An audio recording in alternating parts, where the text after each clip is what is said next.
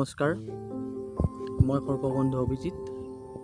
আমাৰ এই চেনেলটো খোলাৰ মূল লক্ষ্য আৰু উদ্দেশ্য হৈছে ৰেপটাইল ছেভ কৰা, পৰিৱেশ সংৰক্ষণ কৰা আৰু যিখিনি সাপৰ বিষয়ে মানুহক অৱগত কৰোৱা, সাপৰ পৰা মানুহক বচোৱা, মানুহৰ পৰা সাপক বচোৱা।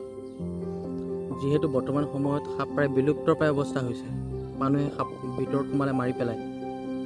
আপোনালোকে তেনেকুৱা নকৰি আমাক সহযোগিতা কৰক। আমাৰ নিচিনা স্নেক ছেভাৰ আছে, স্নেক এক্সপাৰ্ট আছে বা বন বিভাগ আছে, তেওঁলোকক খবৰ কৰক, তেওঁলোকে ৰেস্কিউ কৰি লৈ যাব আৰু পুনৰ বাসৰ কাৰণে তেওঁলোকক জংঘলত এৰি দিয়া যায়। গতিকে বন্ধুসকল, আপোনালোকে সাপ মৰা বন্ধ কৰক। যদি আপোনাৰ ওচৰে পাঁজৰে এনেকুৱা সৰহীপ জাতীয় জীৱ জন্তু দেখা পায়, আমাক খবৰ কৰক, আমাক কণ্টেক্ট কৰক, আমি ৰেস্কিউ কৰি লৈ আহিম। গতিকে সাপ বাচি থাকিলেহে মানুহ বাচি থাকিব।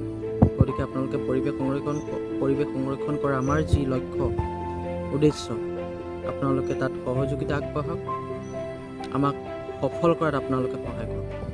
ধন্যবাদ। এটা ৰেড স্নেক ৰেস্কিউ কৰিবৰ কাৰণে আহিছোঁ। আপোনালোকে চাই থাকক।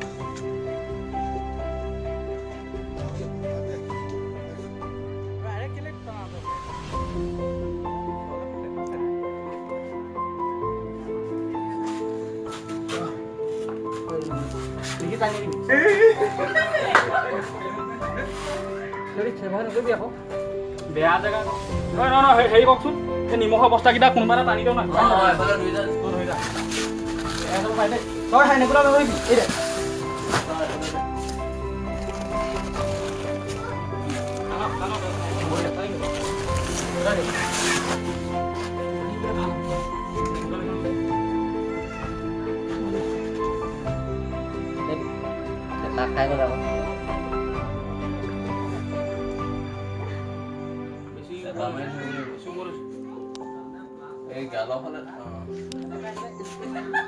ভিডিঅ'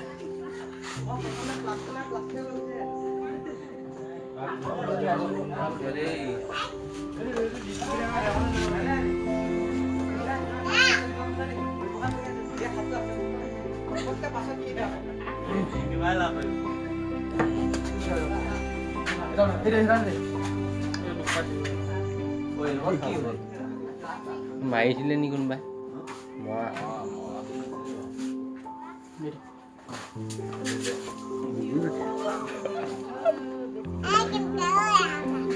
পেটটো ফুলাই থৈছে না, ধৰিবই নাই। ফেটি সাপ বুলি ভাবিছিলো।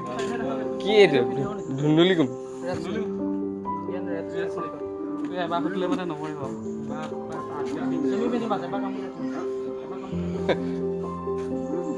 নহয়, কুন্দুলি।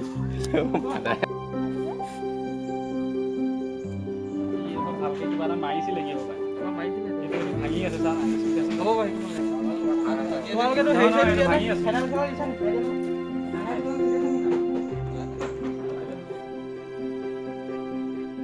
আমি কালি ৰেস্কিউ কৰা সাপটো মানে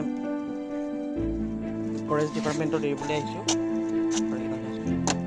ফৰেষ্টত এৰিবলৈ আহিছোঁ। আপোনালোকে চাই থাকক ভিডিঅ'।